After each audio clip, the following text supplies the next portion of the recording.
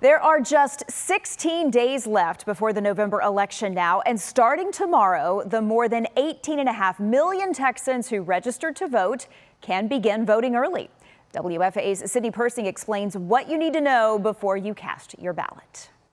Early voting starts tomorrow in Texas with more than 18 million Texans registered to vote. Great to see you, and thank you for having me. On Inside Texas Politics this morning, just ahead of early voting, former Texas Secretary of State John Scott joined our Jason Whiteley. How confident should I be in Texas elections?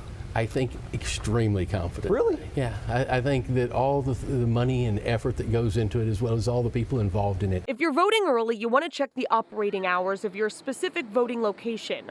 On Election Day, polls are open from 7 a.m. to 7 p.m., but that's not necessarily the case for the 2 weeks of early voting. For example, in Dallas County, you can see how times change day to day on the county's elections webpage. This page will also help you locate an early voting location near you. So it's increased security, but also increased transparency. Meanwhile, over in Tarrant County, County Judge Tim O'Hare has promised increased transparency and security. Part of that pledge, he said Friday, new numbers on pre-printed ballots. Also, all ballots for all in-person voting, early voting and election day will have a number.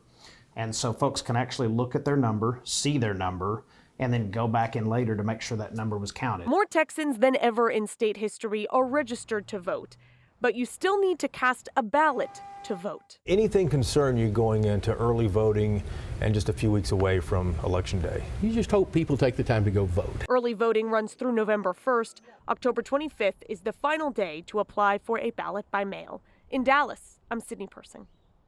Registered voters can go to any location to early vote as long as it's in the county where you live. Just remember, you've got to bring a valid ID. We have compiled all of our election resources on WFAA.com/vote.